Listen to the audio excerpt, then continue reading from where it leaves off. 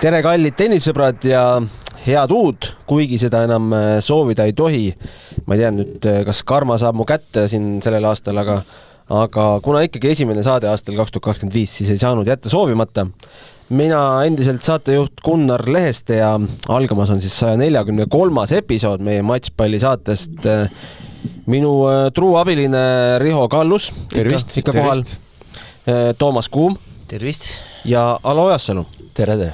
Ja meil siin liftis tekkis küll erinevaid jututeemasid, võime rääkida siin ETV aastavahetuse programmist.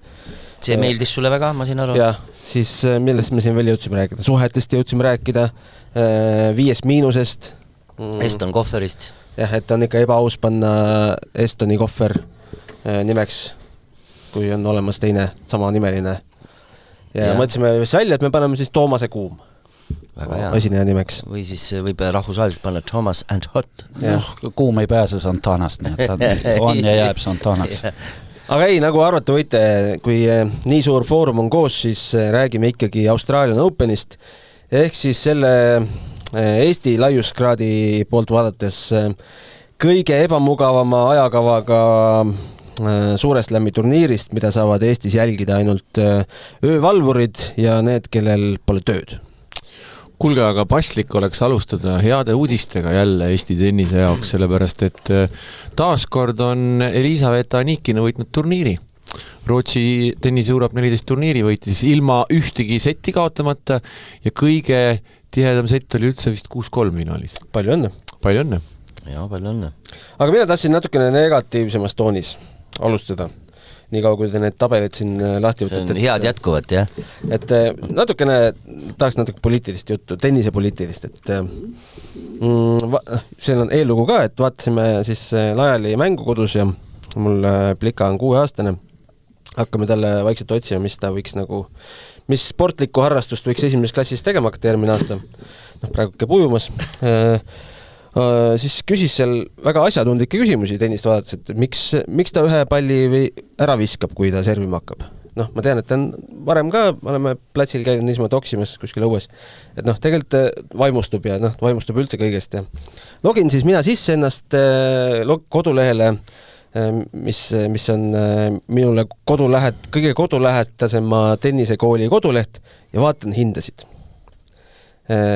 1 kord nädalas 99, 2 kord nädalas 151. Mul teine plika käib jalgpallis 4 korda nädalas, maksame 105.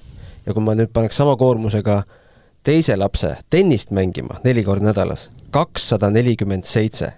Siis ma vaatasin, et äkki siin on kuskil väikses kirjas, et koos toitlustuse ja taksoteenusega ei.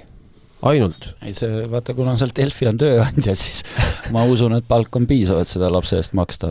Ei, aga tegelikult võtame nüüd, mis meil see Eesti keskmine on ja ärge tulge mulle rääkima, et tennis ei ole elitaarne spordiala.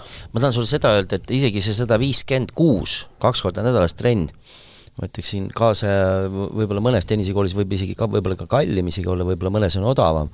See isegi ei olegi mingisugune kosmos isegi, ma ütleksin. Ma tahtsin Alo võib-olla... Aga ma jätkan mõtet, aga mina arvan, et sa pead vaatama seda laiemas kontekstis. Sellepärast, et lihtsalt on teised valdkonnad elus, mis perekond või ütleme, elitaarne ta ikkagi on tõepoolest, ega siis ratsutama ka ei saa igaüks laps minna või golfi mängima, mida iganes.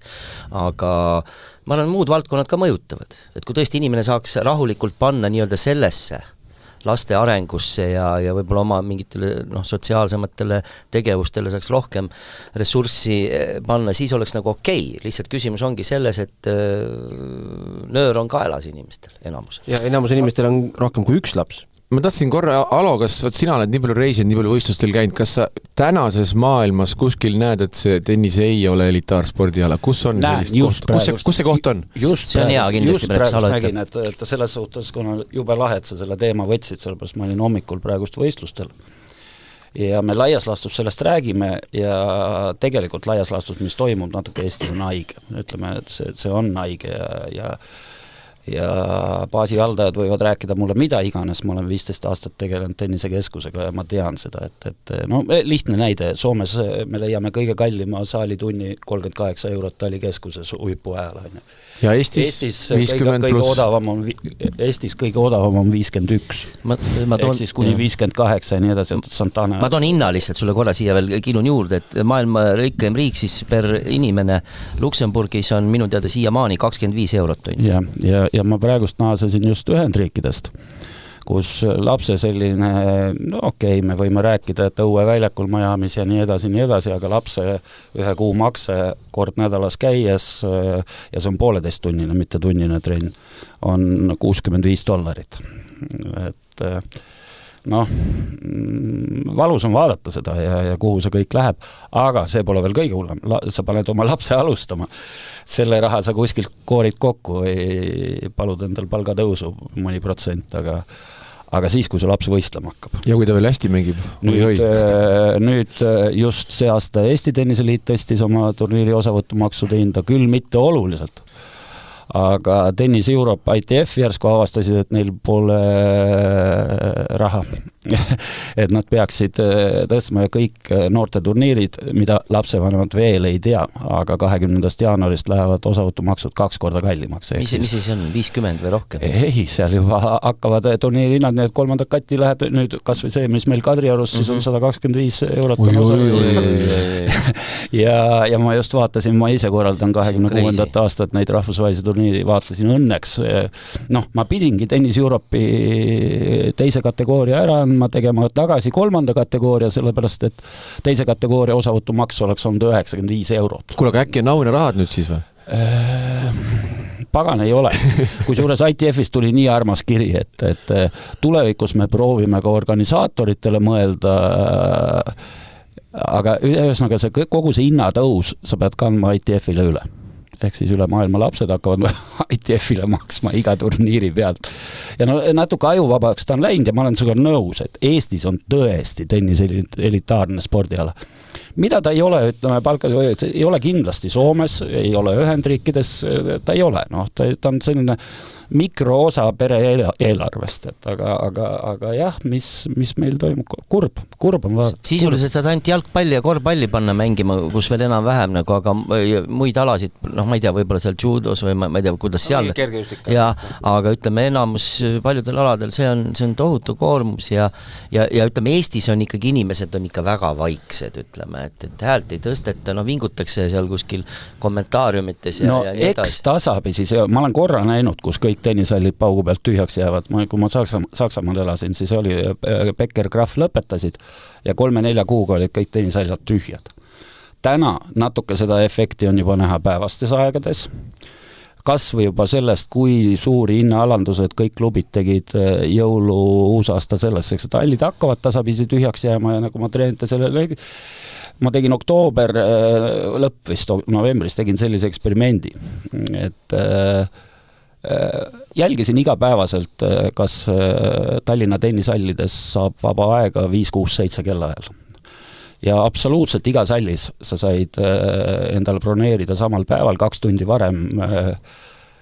Eks siis oli vabu aegu õhtul juba nendes ja paraku eks ta ühel hetkel tekib, et no kuskil on ikkagi hinnataluvuse piir ja meie saali hinnad on noh, okei, halliperemehed praegust kasutavad olukorda ära ja nii edasi, et noh, midagi pole teha, et noh, et aga see kuskil saab tagasilöögi päris kindlasti, arvestades, et nii või teisiti meie populaarsus tennises püsis tähtede najal, täna meil tähtesid ei ole, loodame väga, et Mark sinna kunagi jõuab, aga momendil tähtesid ei ole ja ega lastetrennid jäävad vähemaks ja see lihtsalt on nii.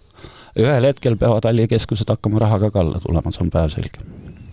No näed siis, minu väike torge maandus viljakale pinnasele. Absoluutselt. Otto Kunnar aga ütleb, aga vasta sellele küsimusele ka, mis sa oma lapsele ütlesid, kui ta ütlesid, miks nad palli ära viskavad?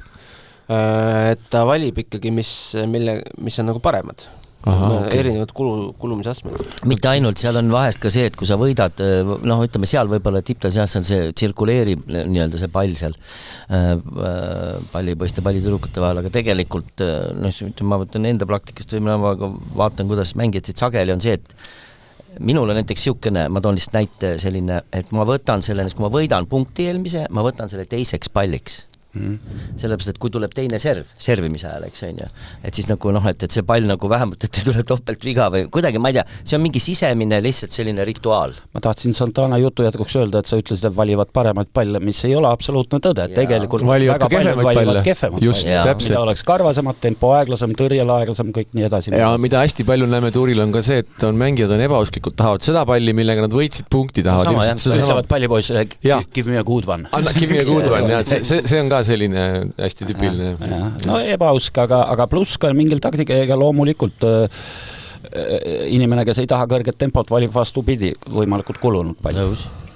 Aga lähme siis Australian Openi juurde ja tegelikult ega ma teid nii vara siin stuudios näha ei tahtnud. Me leppisime kokku, et kui ajal jõuab põhiturniirile, siis me ootame ikkagi esimese ringi matši ka ära ja et meil oleks nagu rohkem rääkida. Aga kuna ta ei jõudnud kahjuks, siis räägime täna Lajalist ja põhitabeli loosimisest ära.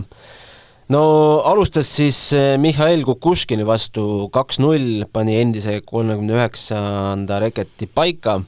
Siis tuli jaapanlane Sho Shimabukuro, kellel nüüd edetabeli koht oli 194, aga näitas ikka päris head taset kokkuvõttes, aga Lajal oli kolmandas setis tsipakene parem. Ja eile siis portugallane Faria perekonna nimega ATP 124. Samamoodi Lajal kaotas esimese seti, võitis teise, aga kolmandas Faria tegi paar paremat liigutust ja otsa see Lajali jaoks saigi. Mis me kokkuvõttes ütleme, kiidame või ikkagi rihmutame, et ei õnnestunud seda lõplikku sammu teha? No ma ei tea, ma alustan siis. Kõigepealt ma tahaks öelda, et ma arvan, et ma ei ole näinud ühtegi nii head mängu, nagu oli Margil see esimene matš Mihhail Kukushkini vastu. Küll jah, Kukushkini mäng on natuke pehmem, tal ei ole nii teravat pallingut, aga mulle õudselt meeldis kõik see, mis Mark seal väljaku peal tegi, selline äärmiselt küps ja selline rahulik, väga õiged otsused. Kogu see matš, mulle see väga meeldis see mäng. Hästi palju esimeselt pallingult sai kohe survestada Kukushkinit ja tundus, et nii fantastiline algus Austraalia lahtistele, et huvitav, mis nüüd edasi saama hakkab.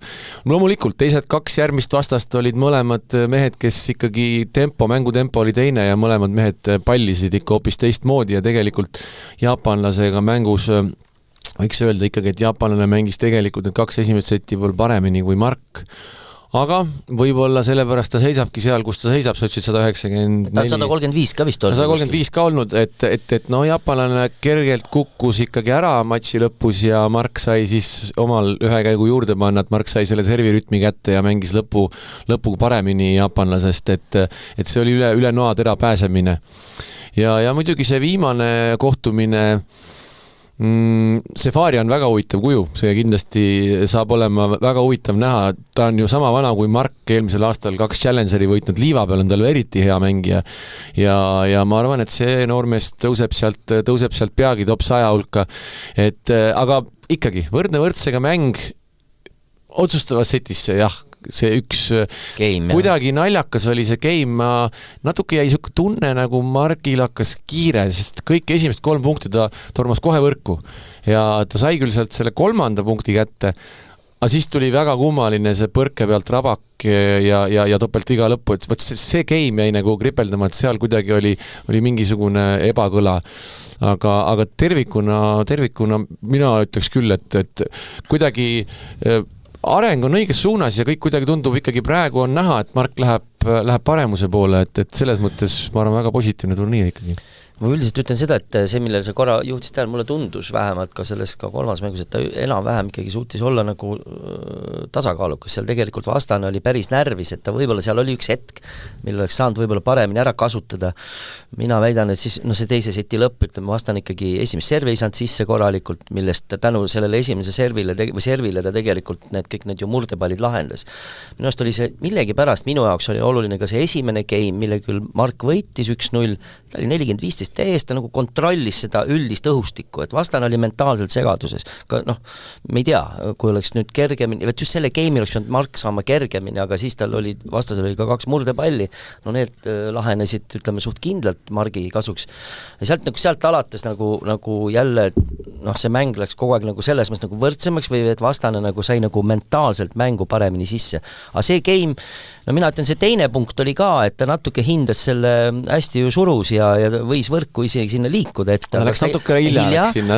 Ja teine variant oli see, et ta hindas minu seda trajektoori alasti, võib-olla oleks pidanud siis jääma, noh, nagu ütleme, seisma seal varem ja mängima põrkes seda palli ja siis tal jäigi kuidagi nagu halba, noh, siinä madal pall oli ja see oli ebamugav pall, kui ta isegi üle saanud, oleks see tõenäoliselt vastasele väga mugavalt ette tulnud, aga muidugi see 4. pall ka, no topeltveast me ei räägigi, et see Rabak, et seal natuke tuul ka mängis, aga no ma ei ütle, et kuidagi väga kindlalt eksis selle Rabaku, no vahel lööd seal võib-olla linti või lööd mõne sentimeetri pikaks või vastane, et kuidagi imekombel mängib, aga see oli nagu täiesti nagu oleks aiad ja see oli tõesti selline nõrkus hetk ja seal tundus, et vastane isegi näiteks ei üritanud laiali viimast servi game'i väga ka nagu, noh, looteski oma servi game'i peale näha, et ta nagu ei üritanudki, laial ju kui minimiseeris vahe ühe game'ile, sai väga kindlalt kätte. Aga Faria muidugi nii palju ütlen, et ta mängib nüüd Kotoviga, omapärane mängija, ja kui võidab, siis ta võib Djokovic'i peale sattuda, et oleks huvitav tegelikult. Kui Djokovic jõuab teise ringi. No ja see on eraldi veel teema, ja see on noore ameeriklase aasta, aga ma ütlen, et see oleks ka huvitav näha, et kuidas näiteks Faria sugune mängija saab vastu. Jah, alo. Ma pigem ütlen, et see oli okei turniir Margilt ja lõppude lõpuks võrdsete vastaste puhul, kas läheb gramm siia, gramm sinna, jaapanlasega läks siia, teisega läheb sinna. Jah, 3-3 halb game, loomulikult siin ei ole vaidluskohta ka, et selline kas närvidest või mida iganes põhjust. Aga ma vaataksin pilti laiemalt, ütleme, Margil tuleb see aasta läbimurre teha, noh, ütleme, loomulikult mäng on praegust okei, võrreldes vahepeal, mis mingi aeg oli, aga kuidagi see Wimbledon pani neid ootusi natuke suuremale ja ma ei tea, ma olin suht kindel, et Mark tuleb läbi kvalist, on ju. Aga jällegi, ka sellest ei piisa.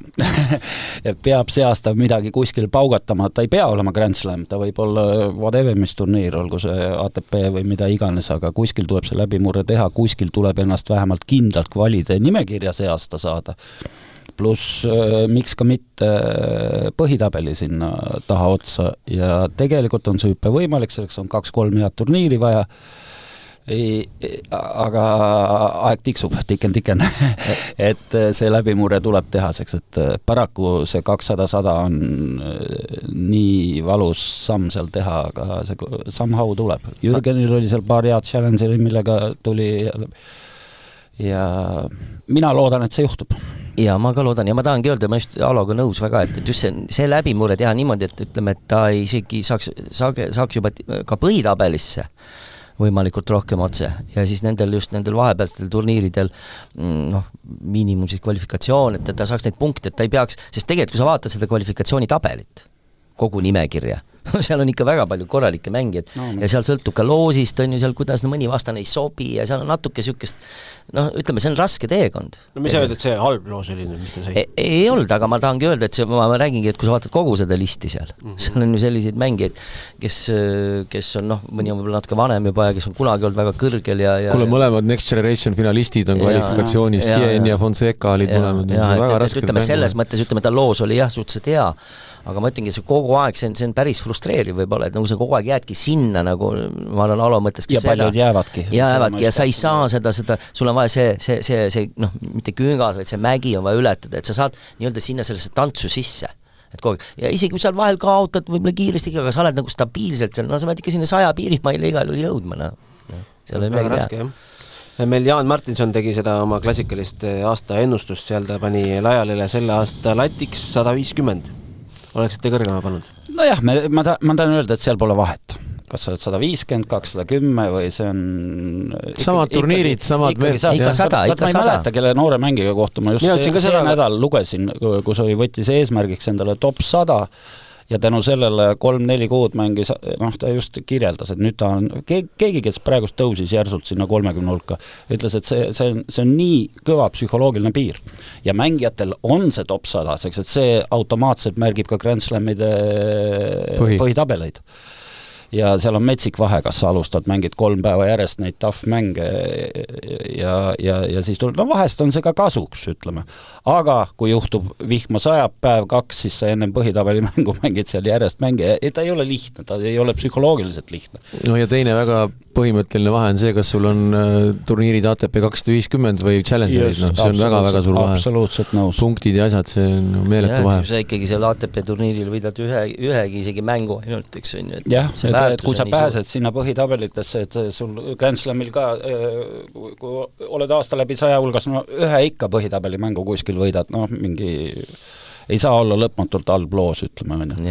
Ja sa püsidki seal ja sa ei kuku sealt enam välja kukkuda on samamoodi keeruline, kui sa juba ükskord sinna saad. Aga kuidas teile tundub? Minule tundub, et Mark on praegu heades kätes, et Wayne Black ja Karl-Kiur Saar kuidagi nagu sobivad ja asjad nagu lähevad paremaks. Mulle ilgelt meeldis see, kuidas Karl on toetav, et mingi punkt läheb täiesti untsu, Karl on ole rahulik, kõik on hästi, kõik on väga hästi, pane edasi.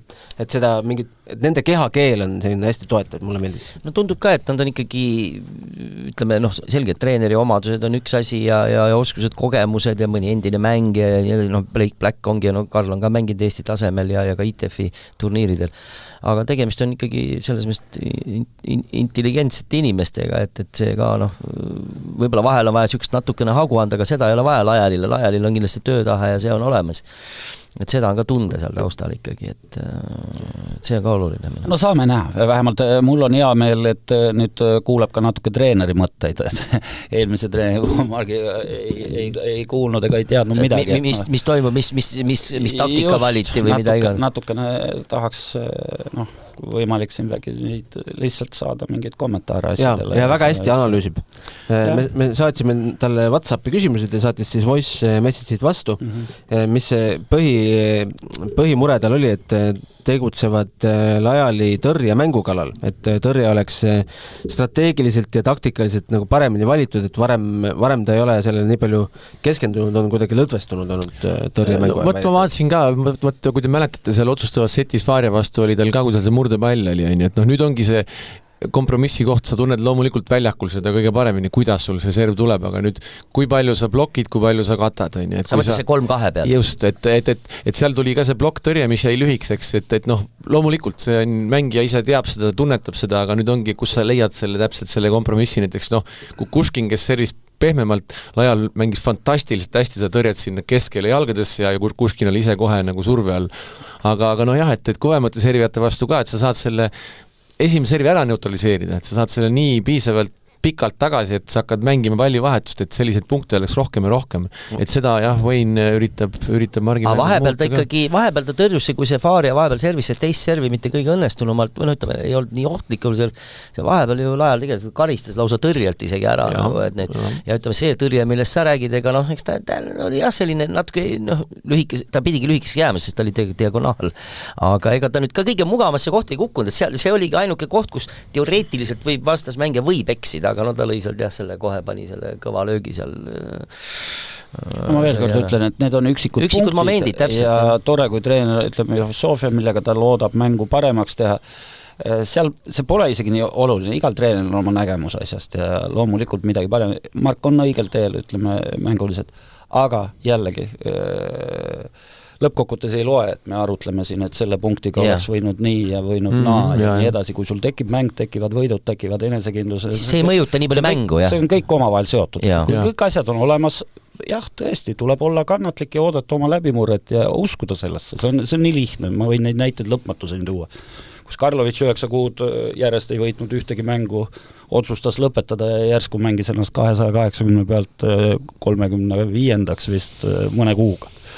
Et see, et sul mäng on olemas, et teatud perioodis seda läbimurret veel ei ole, kui sa piisavalt usud sellesse, see läbimurre tuleb. No eks see on see mentaalne pool ka, et kui sa saavutad sa saavutad selle sisemiseni mingisugune lõtvuse ja sul tulevadki, hakkavad need samad tõrjed või mingid elemendid, hakkavad sul tulema nagu justkui iseeneselikult, sellepärast, et siin see aju nagu ei sega. Mõtlesin, et Djokovic'i täna ei maini, aga see nädal ütles Djokovic, hea lause, see on ammune tõde nii treeneritel kui kõigil, et paraku seal tabelis kõik oskavad eeskätt tagakäed ja kõik kõik jooksevad. Et tennises on mental game. Nüüd sa teenisid plusspunktid. Ei, ma ei tahtnud seda teha, kogemata tuli, aga ma tunnistan, et vahest võib ka Djokovic midagi tarka öelda. Kui tore, kes su mentor on? Ei, mentoriks ei pääse. Seda kindlasti. No ja Vein loomulikult nimetas Lajali relvad ka ära ja ütles, et kui selle tõrjemängu ka veel korda saab, siis on Lajal tuuri peal väga kardetav vastane. No serv ja eeskäsi ilmselgelt on Margi trumbid ja tuleb tunnistada, et eeskäega tõesti eksib jube vähe. No mina usun, et see läbimurre tuleb see aasta Margil. Ja. Sa tina valasid selle kohta uuel aastal. Ei valanud, aga ma usun, et kõik liigub õiges suunas ja loodame. Ei, no tuleb loota ja tegelikult pöialt hoida, et see on ikkagi meie, ikkagi selles mõttes, vanus ikkagi, me teame, et öeldakse, et eestlasel läheb natuke tavaliselt kauem aega natukene, et nii-öelda see väljakujunemisprotsess. Ja teeme kohe reklaami ka, sest et paari nädala pärast näeme ju Marki Eestis mängimas Davis Cupi Venezuela vastu, nii et ostke pileteid, viimased piletid on veel saadaval. See on huvitav näha, keda Venezuela siis kohale toob, et see võib päris huvitav matš tulla tegelikult, jah. Kes neil selle esinumber on? Ma ei ole niimoodi nüüd vaadanud, aga see tegelikult nad ei ole sugugi nõrk võistkond, selles mõttes, et ikka korralik meeskond. Jaa, aga lähme siis põhiturniiri juurde, mis pühapäeval stardib ja Kihlvi ja kontorid räägivad 4 nimest. Jannik Sinner, Carlos Alcaraz, Novak Djokovic ja 4. kohale on pandud Aleksander Zverev. Sa olete nõus või panete kellegi sinna, tõstate ettepoole? Väga mõistlik järjekord. Ma hea meelega Djokovicil langetaks seal veidi. Kirisin natukene 1, 2, 3, 4, 5, 6, 7, 8. 9. kohal on siuke vend nagu Giovanni Mpetsi Perricard. Mina ausalt öeldes paneksin sinna nimekirja hoopis Taylor Fritzi Novak Djokovic asemel. Et kui nüüd eelmise aasta lõppu vaadata, siis praktiliselt Fritz, Zverev ja Alcaraz näitasid siin suht samu tulemusi, et ega seal väga enam vahet ei ole nendel meestel. No ja küll, loomulikult Grand Slamid ja tulemused on teised olnud, aga Alcarazil on väga rasked ajad olnud. Mine sa tea, kuidas ta nüüd aasta alguses ennast käima saanud on, aga lõppkokkutes vahet ei ole, ma ütlen, et ikkagi ma pole ammu nii kindel olnud, et 2 meest see aasta Grand Slamid jagavad omavahel ära. Üks saab 3, teine saab 1. Whatever, kumba. Ma isegi ei oska öelda, kuna neid Grand Slami võite on nii naljakaid olnud ja mõlemad võivad liival, mõlemad võivad murul, mõlemad võivad haadil, ei tea. Jah, aga uskuda, et nad mõlemad mängivad halva Grand Slami, ütleme kui need kutid 2 tükki mängivad oma A-mängu ja on terved, siis ei ole jagavad võidud ära, jah? No teistel ei ole sama arvamus, jah. Ja uskuda, et ühel Grand Slamil nad mõlemad on kas vigastatud, ei ole vormis või asjad, ma ei jaksa seda uskuda. 100% nõus sinuga. No aga vaatame eeldatavatele veerandfinaalpaaridele ette, kui nüüd peaks minema asetuste järgi, kõik teevad oma ära, siis on meil Jannik Sinner, Alex de Minaur, Taylor Fritz, Daniil Medvedev, Carlos Alcaraz, Novak Djokovic, Aleksander Zverev ja Kasper Ruud. Kas nii läheb või vahetame mõned nimed ära? Jah, sest 4 jälle kõige lihtsam tundub ikkagi, kui see nii läheb, siis ikkagi Sinneril tundub see kõige lihtsam olevat, see erandfinaal. Eks ta suures laastus võib niimoodi kujuneda, jah? Tegelikult. Aga teate ausalt öeldes, ega ma arvan, et siin on ikka nagu terve plejaad selliseid mängumehi, kes võivad siin üllatada esimene ma just tahtsin seda öelda, et siin on täna on selline 19-20 aastaste mängijate hulgas. Seda ei ole, seda isegi ma eelmised saated olen siin Tšehhe esile teinud, kes kõik on ka alustanud aastat hästi, on ju. Aga neid on veel see Prantsuse pikk mustanahaline Petsi Perricard, jah. Ma ei suuda seda nime välja. Peavad kuskil tulistama hakkama, jah? No juba tulistavad. No jah, aga slämmi küsimus on see, kuidas nad oskavad 5-setiseid mänge mängida, mis on natukene teistsugune mäng. Aga ikkagi see aasta ma ei usu noort uut Grand Slami võitjat. Need 2, mis noort, nad on mõlemad ka noored, Alcaraz 21 ja 22 on ju. Aga uus generatsioon kasvab peale ja sellepärast ma ütlen ka, miks ma ei usu näiteks Grammi võrdki, näiteks Zverevi võitu või asjad või nii edasi. See Grand Slami võit ja see soon peab sul nagu natuke varem sees olema. Sa mänguliselt võid üksikuid neid tuhandeid ja asju hästi mängida, aga Grand Slam on natuke teine ooper. Ja põhimõtteliselt sinna 21 kanti sa peaksid võitma oma esimese Grand Slami, et midagi väga head tuleks. No aga alo Stan Wawrinka. No okei. Üks näide on. Noh jah, ütleme, ei, loomulikult on erandeid, absoluutselt nõus. Aga Wawrinka õnnetus oli ka see õnnetu Federer selle ees ja asjad ja juba see muidugi on, et Wawrinkale mäng on nagu kogu aeg olemas. Oota, kas Veerev on täna juba vanem ju, kui Wawrinka oli? Veerev on veel vanem veel täna vanem kõvasti. Wawrinka vist oli 27 või 26 või 5 isegi. Oli võib-olla, et selles suhtes küll ja Zverevil olid oma võimalused, munas need maha ja täna ma temasse enam ei usu. Fritz jah, võib-olla, maybe, aga natuke noorem mees. Aga jah, aga veel, ma olen sinuga nõus, meeletu kogus 20-21 mängijaid, kes on ekstreemselt põnevad. Jah, kes võivad hoopis alt tulla. Kes kvalist läbi tulid, eks 19-aastased kutid on ju. Ja põnevust küll, aga veel kord, päris etteotsa veel ei ole asja vist. Vaatame siis avaringi matše ka nendel favoriitidel. Jannik Sinner sai endale Tšiili mehe Nicolas Jarry. Teine asetus Veerev alustab Lukas Puilli vastu wildcardiga peale saanud, kus on meil Alcaraz, Ševčenko, Kasahstan, Fritz oma kaasmaalase Brooksby vastu, võib-olla isegi kõige raskem või? Ma kusjuures tahtsingi tuua välja sellised huvitavad mängud seal esimeses ringis, mis on just kaasmaalaste vahel. Ja üks muidugi mäng, mida ma väga-väga ootan, on nüüd Soome esireketiks tõusnud Otto Firdanen, kes mängib Artur Fissiga kohe esimene ring. See tuleb kõva paugutamine. Jaa, see tuleb kõva paugutamine. Aga võitu uskuda raske. Jaa, aga itaallased, paar Musetti ja Arnaldi, mõlemad tippmängijad, top 40 mängumehed. Muidugi loomulikult ka ameeriklased, Shelton ja Nakashima, seal on omavaheline seis on 2-0, aga ka mõlemad top 40 mehed. Prantslased, Monfils, Petši-Perikar, Monfils mängib praegu Aucklandi finaali, hakkab mängima paari tunni pärast. Mängib päris huvitavalt ja need mehed ei ole ühtegi korda omavahel kohtunud. See on kindlasti huvitav. Monfilsil oli täna selle belglase Bergsiga on finaal. Aga üks mees, keda tükk aega oled oodanud ja tegelikult, kes on lugenud ja uurinud selle mehe kohta nagu Jenson Brooksby mäletab, et 2021 ta alistas Taylor Fritzi, see on ainukene matš, kui ta on omavahel mänginud. Ta on Fritzi võitnud, ta jõudis 4. ringi. See oli Slammil, jah? Jaa, võitis Ameerika lahtistel, võitis Djokovic'i vastu veel seti ja ta oli ju siis alles 20-aastane ja jõudis 33. ATP tabelis. Aga selle mehe tee on olnud ikka ülimalt keeruline. Esiteks tal on ju juba lapsepõlvest saadik, tal on autismi teema. Ta kuni 4. eluaastani üldse ei teinud suud lahti, ei suutnud rääkidagi mitte midagi, et see autismi asi on tal saadud kuidagi kontrolli alla.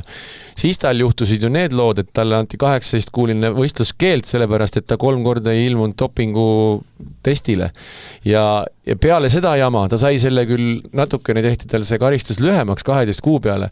Peale seda jama, vasaku käe randmeoperatsioon, parema käe randmeoperatsioon, no enam hullemat asja tennise mängija jaoks täielik õudusune nagu. No ta ongi selle protected rankinguga on seal tabelis. Aga ülimalt äge mängumees, et ma loodan, et Brooksby on tagasi ja ma hoian väga pöialt ja muidugi Fritsiga esimene ring ja see on väga huvitav mäng. Ma ei ütle, et just Brooksby, aga üldse spordis on ju sageli, et mõnedel, kellel on selline keeruline saatus, võib tennise puhul võib-olla seda renditiut, aga näiteks kunagi oli 60-ndatel selline sprinter Vilma Rudolf, ameeriklanna, ja ta oli lastehalvatus oli tal näiteks täiesti noorest peast ja on sellised imelugusid on, et vahetevahel see nagu isegi tõstab seda niisugust nagu tahet või et inimesed on raskest nagu mingist raskest olukorrast välja tulnud, et see selge see on väga individuaalne, aga see võib vahetevahel isegi vaatamata kõigele isegi lõpuks positiivselt rolli mängida.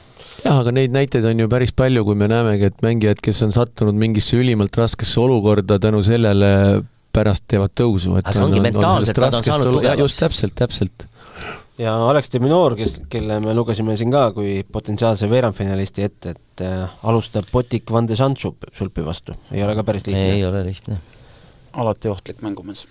Rääkides veel jututeemadest, mis on meeste tennise puhul õhus, siis tennis.com on teinud siis meeste turniiri 5 kõige tähtsamat küsimust ja esimesel kohal on selline teema, et kahju, et Nick Kyrgios ja Jannik Sinner omavahel kokku ei saa. sest Kirgios on lubanud, et see oleks vist, ma ei tea, maailma televisioonis kõige müüdavam mäng olnud. Et siis ta on lubanud kogu rahva äsitada Sinneri vastu, selle dopingupatuse vastu, kes saab oma saatuse veebruaris teada. ATP boss muuseas ütles, et meie tennisega ei juhtu mitte midagi, kui Sinner saab aastase karistuse. Jääme ellu. Mina tahan öelda, et ma sellises mujal ringkonnas olen ütlenud, aga siin tahan ka öelda, et Kirgios peaks minema ravile. Ütleme, tegelikult ilmselgelt on tal ka võib-olla, ma ei tea, laste halvatuse tunnusmärgid löövad praegust välja või ajus või? Mis inimesel viga on, või on ta endal ühe pulga kusagile sisse istunud? Ei no huvitav on see, et ta võib rääkida jumala normaalselt nagu juttu ja kõik ja ta on see on see kommentaatorina ta on väga hea. Kuulge, kommentaator on super, aga klikke on vaja. Jaa, no see on see kaasa. Sotsiaalmeedias tarda on klikke vaja. Ma ei usu, et Kirgios klikkide pärast midagi teha. No podcast, sellel on vaja vaadatavust tõsta. Ja just, et ta sai kõvasti jälle juurde klikke ja kuulamist, aga ei tea muidugi. Aga tulles tagasi nende ennustuste juurde, ma ütlen Kirgios, minu isiklik arvamus on, et ta läheb väga kaugele siit. Kusjuures ta ju mängis ju, alustas ju väga hästi. Ma arvan, et ta läheb siit 3. ring kindlasti ja ma arvan, et ta astub ka siit Zverevist üle. Kas ta ei mängid Petsi Perikaariga, mängis 3 tie-breaki minu arust alles siin eelturniiri. Kõva mäng oli, jaa. Et siin hakkab nalja saama selles suhtes. Kas ta paari ikka mängib või? Djokovic'iga pidi mängima. Ja ma just mõtlengi, see on päris huvitav, jah. Et tegelikult mina seal võib jälle olla see, et teine ring antakse loobukas selle pärast, et see on oleneb üksikmängudest. Aga ma ütlen ise, sellised huvitavad kooslused on ka. Ma arvan, kui Djokovic'iga püsib seal esimene nädal sees, siis teine nädal ta seda paari ei mängi, see on fakt. Üks kuidas see paar läheb. Seda küll. Aga iseenesest huvitav kooslus. Ja veel üks uudis, mida kõik väljaanded täna hommikul on täis. Djokovic väitis, et 3 aastat tagasi teda Austraalias mürgitati. Vaat nüüd on alakoht jälle rääkida. Ma ütleme, täna hommikul, kui ma ärkasin, mu poeg osales, vaata need hommikused ärkamised lastega on huvitavad. Mu poeg tormas selle uudisega alla, et ei, ma olin juba kohvi joomas, et isa, et Djokovic on mürgitatud. Et ei viitsinud seda uudist nagu lõpuni. See oli varasemate aastat. Ja siis hakkasime koos lugema, et seda nii edasi. No jah, okei. Kogu maailm on tema vastu. See on see, kogu maailm on tema vastu. Just, kui ei ole süüdi Austraalia tolliofficer, siis on kindlasti süüdi see, kes midagi sinna sisse pani ja nii edasi, aga noh. Aga huvitav, ma mõtlesin pigem nagu selle peale, et miks see tuleb nüüd 3 aastat hiljem vahetult enne Austraalia lahtised välja. See on nagu kõva PR-trikk, et mis see nagu idee on? Võt seda mõtlesin. Ma ei usu, et seda publiku seisukohalt midagi väga positiivne. Ma arvan, igaks juhuks ette öeldud, et kui kaotus peaks tulema, siis ta ütleb, et ta pole sellest mürgitamisest veel terveks saanud. Ja ta siis väitis, et kui ta Austraalias koju jõudis, tal oli see, ta ei viitsinud ennast süstida ja siis hoiti ta seal karantiinis ja vanglas ja kus veel on ju. Ja lõpuks saati koju ja kui ta koju jõudis, siis ta märkas, et tema veres on suur hulk raske metalle, et kõrge plii ja elav hõbeda sisaldus. Huvitav, kuidas seda märgatakse? Mis see normaalne inimese plii ja elav hõbeda sisaldus on? No, me anname täpsed protsendid sulle praegust. Aga ei, jällegi huvitav oleks kuulata, mis Kirgios selle kohta ütleb, et kui Djokovic ütleb, et tema organismi mingid ained sattusid kuidagi nii, siis peaks Kirgiosel oma arvamus selle kohta olema. Aga nad on saanud vist sõpradeks nüüd, tundub, et siis ta vist ei ütle midagi. võib-olla Pillas kraadiklaasi parandada. Kirgiose Sinneri jutu juurde tagasi tulles, ma ei tea, kas te olete nõus, ma vaatan, minu arvates näitab see Sinneri ikkagi mega toughness'i. Ta absoluutselt ei lase ennast, isegi mitte kuskil, isegi mingi poole sõnaga mingit vastulauset või asjad täiesti suvaliselt. Me ju kõik natuke kartsime ta ei tule välja selle pingega, aga mitte midagi.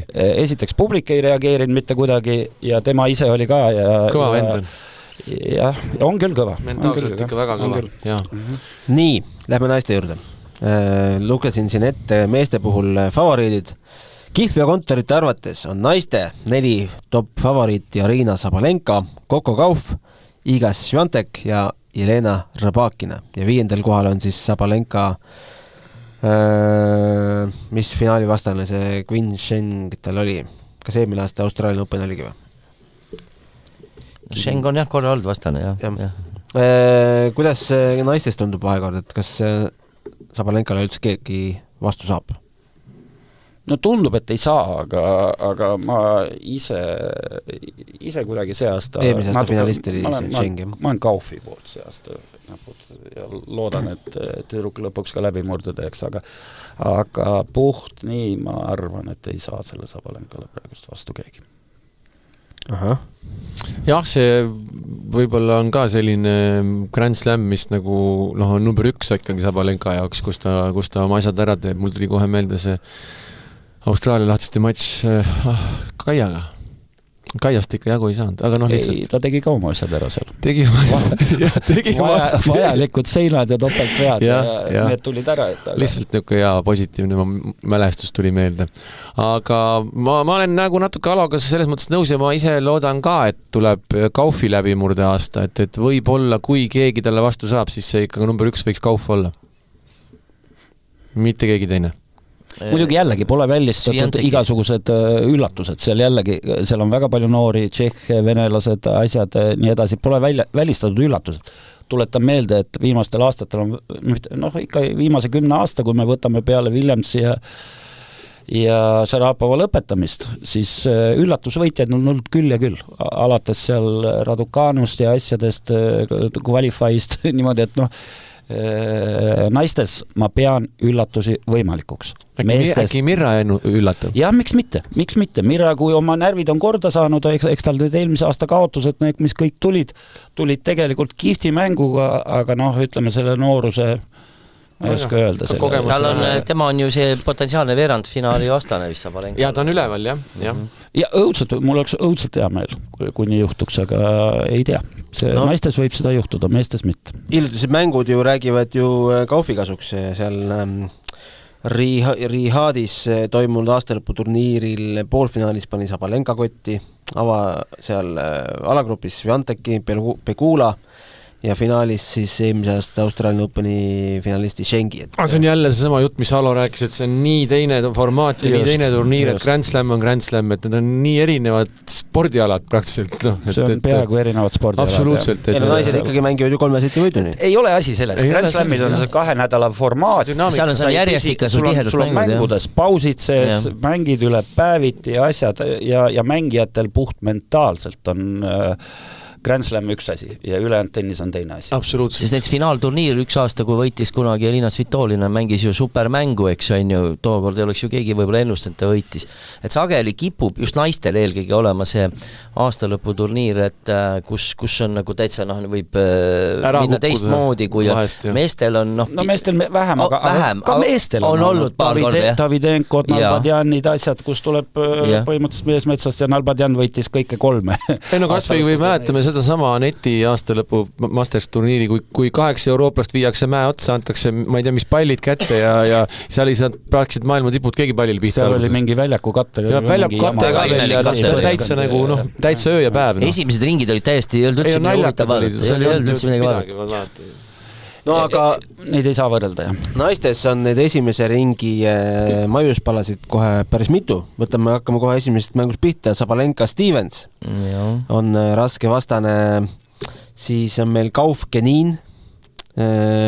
Muuseas, Kenin oli ju see, kes võitis Kaufi Wimbledonis. Ma ei tea, kas see oli nüüd üle-eelmine aasta või lausa, aga kunagi oli üks mäng, kus avaringis oli ja Kenin võitis just Kaufi.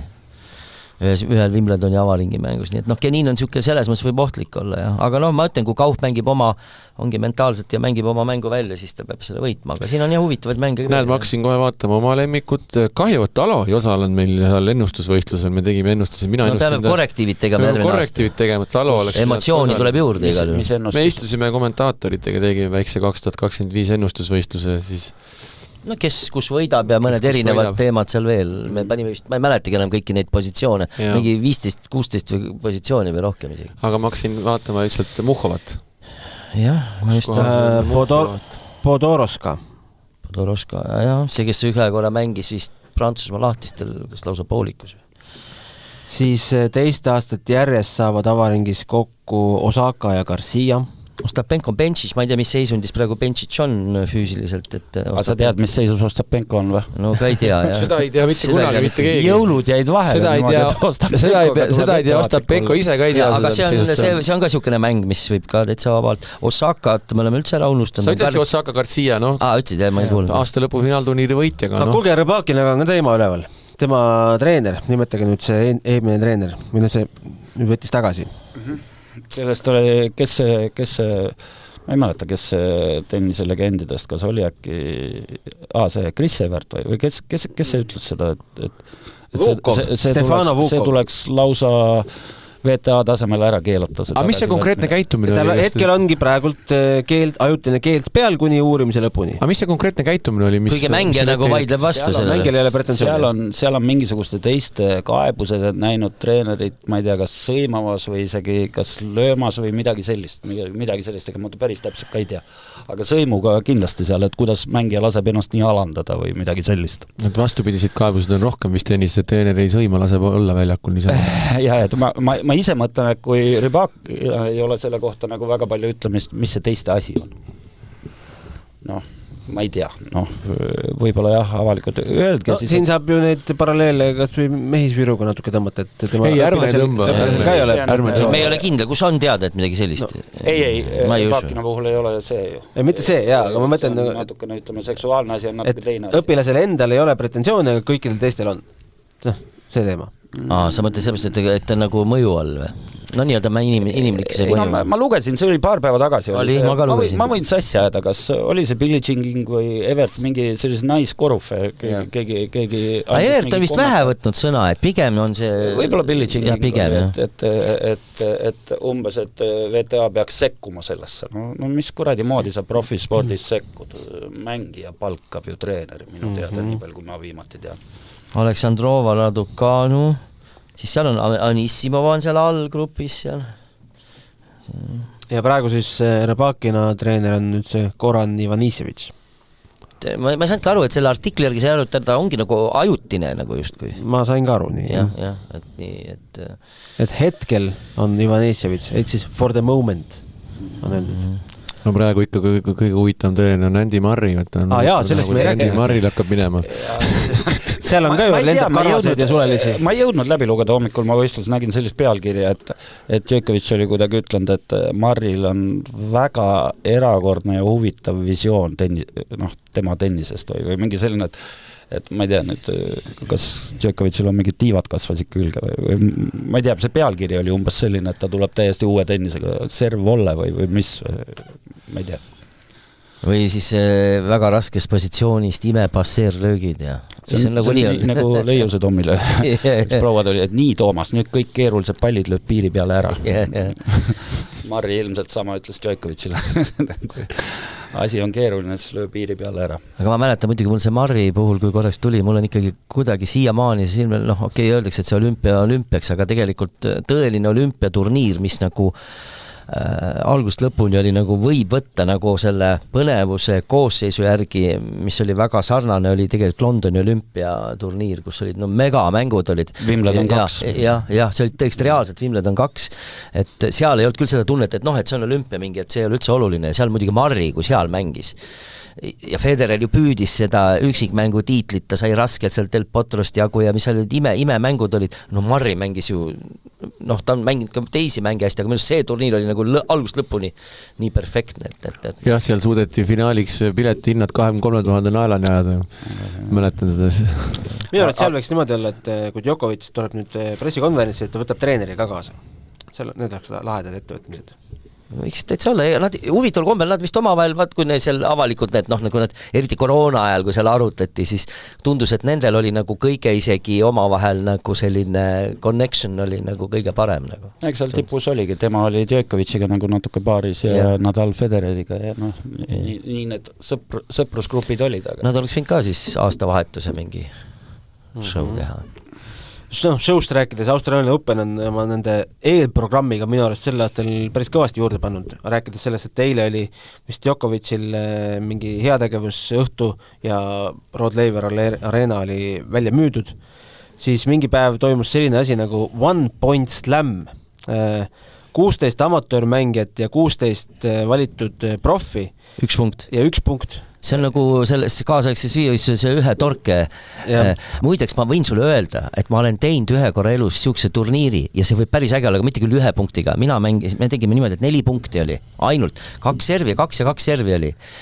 Aga no ainuke seda korraldus oli niimoodi, et kogu aeg mängud nagu vaheldusid, kõik mängisid kõigiga läbi, 22 mängijat oli, ma ei tea, mitu tundi see kestis ja oli 2 varianti, tähendab, et kas viik või võit, viik võis ka olla. Ja kõik mängisid kõigiga läbi, ainult 4 punkti. See oli iseenesest vahelduseks päris naljaks, aga 1 punkt on muidugi, seal on see servi, siis amatöör servib siis või? Loositakse.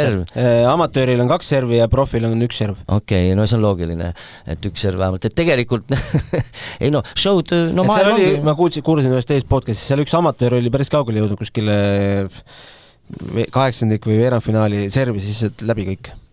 Ja ma ütlen, et iseenesest eks see maailm liigubki sinnapoole, et see on selline hea oluvärk, et üritatakse niisugust meelelahutust ja kui sa ütled, et ma ei tea muidugi, kas eks seal oli ka mingid piletid tõenäoliselt müüdi või see käis kuidagi, ütleme, sellega tehakse ju tegelikult ka raha, et sa oled nagu pildil, ütleme, need sponsorid kuidagi jooksevad läbi ja võib-olla, see on kõik see on selge, et see sport läheb üha rohkem nagu selle peale. Kuigi samas sa pidid seal mingi klubi liige olema, et saada osaleda seal.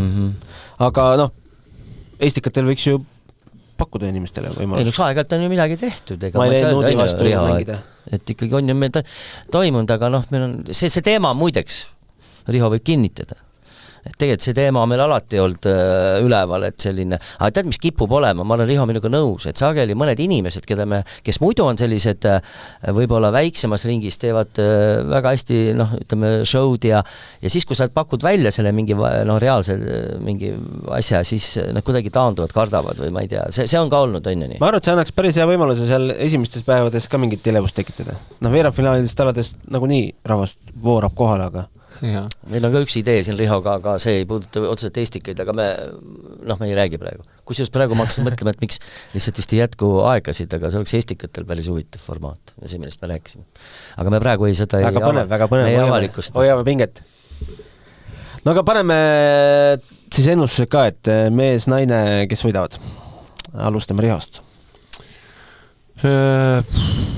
Sinneri Kauf. Mina pakun.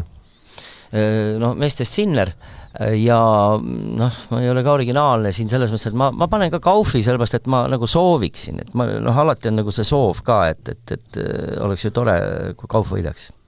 Mulle meeldiks see. No okei, jah, seekord me ei ole keegi originaalsed. Sinner, aga ma siis ütlen Sabalenka, kuigi ma väga tahan Kaufi. Sa üritad olla võimalikult objektiivne? Jah, Sinner Sabalenka. Esimestele paigutustele läheb see kord. Minul on Djokovic Sabalenka. No see oli ette teada. Ei, aga muideks alustab aastat jälle sellise oota, kui sa oleksid osalenud selles ennustusvõistluses, siis tegelikult päris palju oli pandud, et Djokovic vähemalt 1 slämmi võidab. Aga sina panid lausa 2 slämmi tal. Võimalik. Ei, ta võidab 4 kõik. Aga miks mitte? Sellepärast, et see ei ole võimalik. Hea küll, ma ei solva. Mürgitage vähem, küll ta võidaks rohkem. Ei, meil ei ole vaja mürgitada. Kui teda poleks mürgitada, oleks ta tänaseks juba 30 slämmi võitnud. Ta kindlasti oleks selle avalduse. Tulles kiiresti veel korraks mängude analüüsi juurde, vaatasin Djokovic'i mänge. Vaenlast peab nägema, on ju. Ja vaatasin seda ja õnneks ta enam ei jõua. Reaalselt teatud tempo juurest ta enam ei jõua. Ta oskab oma vorme ajastada väga hästi. Ei, kiirus on kadunud, ta ei jõua enam. See naljakas on see, et ja seda sa näed, kui mängija laseb tal mängida, siis ta mängib endiselt supermängu. Aga ma ei tea, kas keegi vaatas Opelkaga mängu või? Opelka muuseas võib temale vastu saada. Jätame välja servid, mis Opelkal on, aga Opelka mängis ta tagajoonet tihti üle. Et Djokovic tempoga ei jõudnud. Opelka riskis ja ma olen kõigega nõus, aga Sinneri pall lendab 2 korda kiiremini. Sa nägid ju tabelit ju, Opelka. Kus nad kokku saavad? Aga ei, Opelkaga 5-setised mängud ta ei jaksa. Aga mis sa otsid õige märkus, et tegelikult millest, et selge tipptasemel lähendatakse tennisele ka nagu teaduslikult, ütleme mingis mõttes, sest tennises on niisugune nagu see kineetika osa on hästi oluline. Tähendab see sama, mis sa ütled, et okei, ta võib isegi jõuda pallini, ta enam ei saa seda kiirust sinna taha, nii-öelda ta, ütleme, see on hästi, sa ei saa midagi teha. Ei, löök on tal olemus, aga ta ei jõua seda niimoodi paika panna lihtsalt. Ta on puht jooksu kiiruses kaotab. Seda ka veel lisaks. Aga kus vaatasin sama asja täpselt, mis sa räägid, jah? Et ja seda ei tekita ühe nädalaga. Ma pean kuna see kurvastama. Et seda paraku ei tekita. Vaatame. Aga ei, mis te vahele panite? Midagi. Kas sa oma sõnade kinnituseks tahad panna? Sa muretsesid, et lapsel pole trenni raha. Nii raha peale. Paneme, kuidas sügisel läheb trenni, US Open lõppes augustis. Alo võtab lapse tasut trenni. Hasartmäng ei ole. Ei, aga ei ta võta raha, aga ta võtab trenni. Ta teeb su lapsele 6 aega tasuta trenni. Jah. Septembris on määrda nagunii. Ma võin isegi aasta tasuta teha. Kui Djokovic võidab. Jah, ja kui ei võida, siis sina annad ühe Delfi kuupalga mulle. Kelle? Ja võta koristaja palk. Ei, see jääb ära.